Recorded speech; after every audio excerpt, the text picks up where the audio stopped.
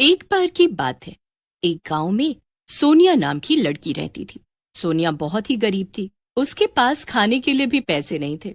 एक दिन सोनिया अकेले बैठी होती है। तभी उसकी सहेली रानी आती है और सोनिया से बोलती है, अरे सोनिया, इतनी उदास क्यों बैठी हुई है? क्या हुआ? रानी की बात सुनकर सोनिया रानी से बोलती है, क्या बताऊं रानी, मैं तो परेशान हो गई हूँ। इतना पढ़े लिखे होने के बाद भी कोई ढंग की नौकरी नहीं मिल रही है और मेरी माँ और पिताजी बहुत दुखी हैं। सोनिया की बात सुनकर रानी कहती है, सोनिया, तू अपना कोई बिजनेस क्यों नहीं खोल लेती? तू पढ़ी लिखी भी है और सुंदर भी है। बिजनेस? रानी, भला मैं और बिजनेस? नहीं नहीं नहीं नहीं नहीं नहीं, मैं कोई बिजनेस कहाँ कर पाऊंगी, मुझे तो कुछ भी नहीं आता। तभी वहां सोनिया की दूसरी सहेली रमा भी आ जाती है। रमा सोनिया से कहती है, सोनिया, तू कोई खाने का काम क्यों नहीं खोल लेती? आजकल लोगों को अपने घर से ज्यादा बाहर का खाना खाने में मजा आता है। मैं तो कहती हूँ तू अपने हुनर का सही उपयोग कर और कुछ काम खोल ले। फिर रमा और रानी वहां से चली जाती हैं। लेकिन उनकी बातें सोनिया के दिमाग में बैठ जाती हैं और वो अपनी माँ तुलसी से बोलती है, माँ, मुझे ना रानी और रमा ने बहुत अच्छी सलाह दी है। खाने पीने की रेडी लगाने की मैं सोच रही हूँ। कोई रेडी लगा लूं जब तक कोई अच्छी नौकरी नहीं मिल रही। लेकिन माँ, पैसे कहाँ से आएंगे इतने?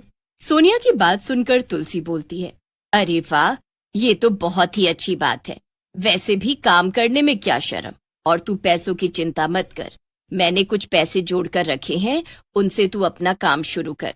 फिर अगले दिन सुबह जल्दी उठकर दोनों माँ बेटी सारा सामान तैयार कर लेती हैं और शाम को वड़ा पाव की रेडी लगाती हैं। लेकिन कई दिनों तक उसकी ज्यादा बिक्री नहीं होती। इससे वो फिर से दुखी हो जाती है और घर चली जाती है। लगता है मेरी किस्मत ही खराब है, न तो नौकरी मिल रही है और न ही ये खाने पीने का काम चल रहा है। मेरा तो मन कर रहा है मैं मर ही जाऊं और ऊपर से ये सारा सामान भी बेकार हो जाएगा, कुछ नहीं बिका। तभी सोनिया के पिता रमेश वहां आ जाते हैं और बोलते हैं, अरे मेरी प्यारी बेटी, उदास क्यों हो रही है तू? तू सिर्फ अपना काम कर, फल तो मिलेगा ही इसका। और रही बात इस सामान की, तो सड़क के किनारे कितने भूखे लोग हैं, हम ये सब उनमें बांट देते हैं। फिर तीनों मिलकर जाते हैं और सब वड़ा पाव गरीबों में बांट आते हैं। अगले दिन सोनिया फिर से रेड़ी लगाकर बैठी होती है। तभी वहां कुछ लोग आते हैं और उसके हाथों का वड़ा पाव खाते हैं। उन्हें सोनिया के हाथों से बने वड़ा पाव बहुत ही अच्छे लगते हैं। धीरे धीरे सोनिया मशहूर होने लगती है और एक दिन माँ से बोलती है, माँ, भगवान की दया से तो हमारी कमाई अच्छी होने लगी है। मैं तो सोच रही हूँ कि और भी रेड़ियां लगवा दूं वड़ा पाव की। इससे पहले कि तुलसी कुछ और कहती, वहां पर रमा आ जाती है। सोनिया को ऐसे खुश देखकर रमा जलने लगती है और बोलती है, तेरा काम कुछ ज्यादा ही अच्छा चल रहा है। दूसरी रेडी लगाने की बात चल रही है, क्यों? हमें भी कुछ पार्टी दे दो। रमा की बात सुनकर सोनिया बोलती है, कैसी बातें कर रही है रमा? तू बोल, तुझे क्या खाना है? बहुत पैसे है तेरी सहेली के पास, जो तू बोलेगी वो मैं खिलाऊंगी। और हाँ, आगे से जब भी हम मिलेंगे खाने का बिल मैं ही दूंगी। सोनिया की ये बात रमा को अच्छी नहीं लगती और वो रानी से जाकर मिलती है और बोलती है, ये सोनिया दो पैसे क्या कमाने लग गई, अपने आप को पता नहीं क्या समझ रही है। मैं तो इससे बात नहीं करने वाली, बहुत ही बेकार है ये घमंडी कहीं की। हाँ रमा, कह तो सही रही है ये सोनिया कुछ ज्यादा ही घमंडी हो गई है जब से इसके पास दो पैसे आए हैं। मैं तो इसे सबक सिखाना चाहती हूँ। फिर रमा और रानी सोनिया को सबक सिखाने की ठान लेते हैं और एक तांत्रिक के पास जाते हैं। तांत्रिक उन दोनों को देखकर बोलता है, आ गई तुम दोनों। मुझे पता था कि तुम दोनों मेरे पास जरूर आओगी, क्योंकि तुम्हारी ईर्ष्या और अपनी सहेली के लिए नफरत यहाँ खींच लाएगी तुम्हें। तांत्रिक को अपने मन की बात समझते देख रानी और रमा हैरान रह जाती हैं और बोलती हैं, महाराज जी, आपको कैसे पता कि हम यहाँ अपने दोस्त से बदला लेने की इच्छा से आई हैं? रानी की बात सुनकर तांत्रिक बोलता है, हम अंतर्यामी हैं लड़कियों, हमें सब पता है कि कौन क्यों आता है हमारे पास, समझी? बाबा जी, जब आपको सब पता ही है तो कुछ करिए हमारे लिए, हम बहुत ही उम्मीदें लेकर आए हैं। फिर रमा और रानी के कहने पर तांत्रिक वहीं पर पालथी मारकर बैठ जाता है और मंत्र पढ़ने लगता है। जैसे ही तांत्रिक मंत्र पढ़कर हटता है, वहां पर एक चुड़ैल आती है और तांत्रिक से बोलती है। क्या हुआ स्वामी, मुझे यहाँ क्यों बुलाया है? किसकी शामत आई है? मेरी चुड़ैल रानी। जा इन दोनों लड़कियों के साथ और जैसा ये कहती हैं वैसा कर। फिर चुड़ैल उन दोनों के साथ चली जाती है।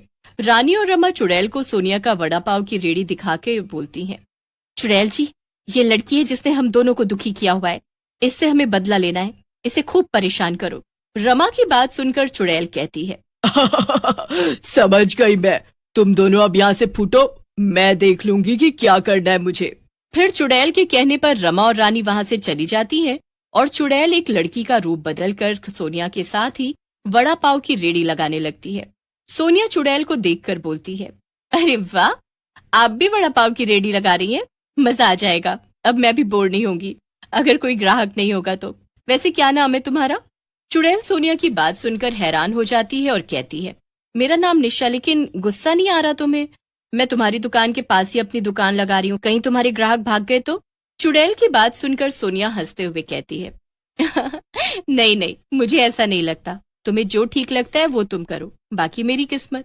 फिर सोनिया और निशा दोनों अपनी अपनी रेडी वहां लगाने लगती हैं, लेकिन निशा बनी चुड़ैल की रेडी पर ज्यादा भीड़ होने लगती है और कुछ ही दिनों में सोनिया की कमाई बंद होने लगती है। ये देख तुलसी बोलती है, जब से ये मनहूस निशा हमारी रेडी के पास अपनी रेडी लगाने लगी है, तब से अपनी कमाई भी बिल्कुल बंद हो गई है, क्या करूं मैं इसका? तुलसी की बात सुनकर सोनिया बोलती है, मेरी प्यारी माँ, तू क्या करेगी उसका? अरे वो उसकी किस्मत है, जो भी वो कमा रही है, भला हम उससे क्यों जले? ऐसा कहकर सोनिया वहां से चली जाती है, लेकिन तुलसी को कुछ गड़बड़ी होने का एहसास हो जाता है और वो अगली रात निशा का पीछा करती है और देखती है कि वो एक चुड़ैल बन गई। उसके पैरों के नीचे से जमीन ही खिसक जाती है। अरे दैया रे दैया, ये लड़की तो चुड़ैल है, तभी मेरी बेटी का धंधा चौपट कर दिया इसने, लेकिन मेरी बेटी ने इसका क्या बिगाड़ा है?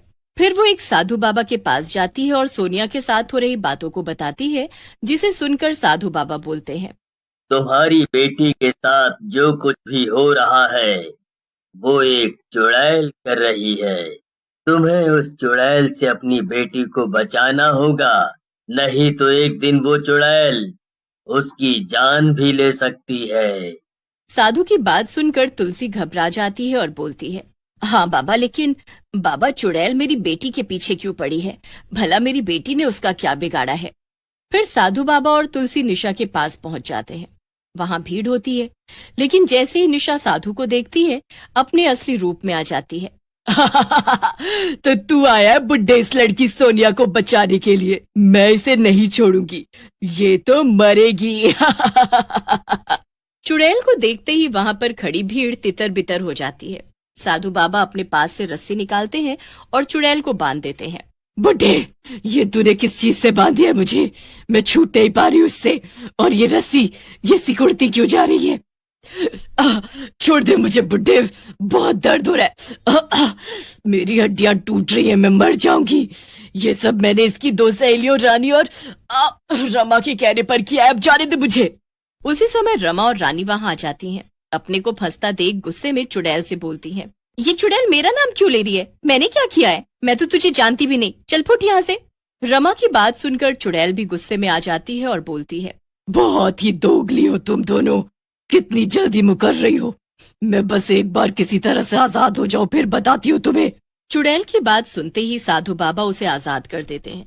चुड़ैल आजाद होते ही रमा और रानी को पकड़ लेती है और बोलती है, तुम दोनों बहुत सयानी बनती हो ना, चलो मैं तुम दोनों को चुड़ैल लोक में ले जाकर सयानी बनाऊंगी। इससे पहले कोई कुछ समझ पाता, चुड़ैल उन दोनों को लेकर वहां से गायब हो जाती है और सोनिया उसके बाद फिर से हंसी खुशी से अपना वड़ा पाव की रेड़ी लगाने लगती है। देखा सोनिया बेटी, इसीलिए कहते हैं कि किसी का कभी भी बुरा मत करो, बुरे किए की सजा जरूर मिलती है।